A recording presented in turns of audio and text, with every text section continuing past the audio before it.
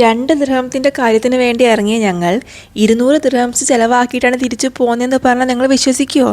വിശ്വസിക്കണം. കഥ ഞാൻ പറയാം. കുഞ്ഞുവിൻ്റെ സ്കൂളിലേക്ക് ഫ്ലാഗിൻ്റെ കളറുള്ള കുറച്ച് റിബൺ വേണമായിരുന്നു. അത് വാങ്ങിക്കാൻ വേണ്ടി ഒരു ഡേ ടു ഡേയിൽ പോയതാണ്.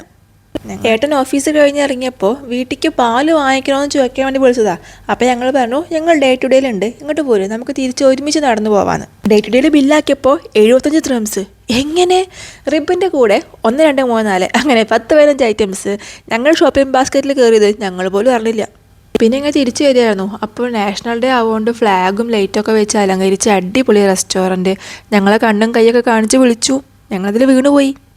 അങ്ങനെ ജ്യൂസിലും ഫലൂദയിലൊക്കെ സ്റ്റാർട്ട് ചെയ്തു. പക്ഷേ അവിടുത്തെ ചിക്കൻ ഗ്രില്ലിൻ്റെ സ്മെല്ല് ഞങ്ങളുടെ കൺട്രോൾ കളഞ്ഞു. അങ്ങനെ 200 ദിർഹംസ് സ്വാഹ.